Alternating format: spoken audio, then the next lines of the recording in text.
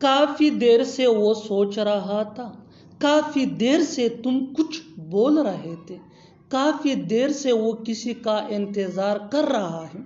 इन जुमलों में हम कह रहे हैं काफी देर से, इसके लिए आपको यूज करना होगा इंग्लिश में फॉर अ लॉन्ग। आइए कंप्लीट स्ट्रक्चर देखते हैं। Sentence plus for a long. Sentence ये टेंस या सिचुएशन के हिसाब से चेंज होता रहेगा। फॉर अ लॉन्ग ये वही का वही रहेगा, विच मीन काफी देर से। अच्छी तरह समझने के लिए कुछ मिसालें देखते हैं। काफी देर से वो सोच रहा था। He had been thinking for a long. He had been thinking for a long.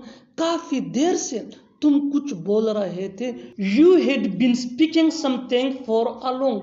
You had been speaking something for a long. वो काफी देर से किसी का इंतजार कर रहा है।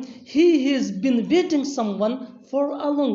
He has been waiting someone for a long. बिल्कुल फार्मूले को हम स्टेप बाय स्टेप फॉलो कर रहे हैं। आप भी इस फार्मूले के बेस पे सीख सकते हैं, बना सकते हैं ऐसे जुमले अंग्रेजी जुबान में आसानी से। That can be really helpful for you. अच्छी तरह समझने के लिए एक और मिसाल देखते हैं। One more example for better understanding. काफी देर से वो खेल रहा है, काफी देर से वो खेल रहा है।